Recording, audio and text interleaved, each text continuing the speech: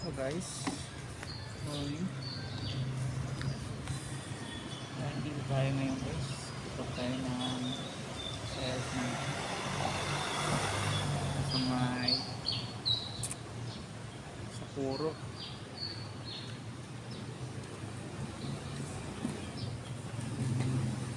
Mugit muna tayo ngayon guys.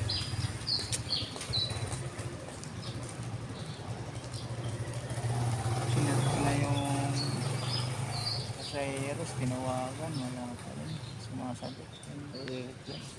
Tulog pa at pang-apat na biyahe pa lang to guys, mula na umaga.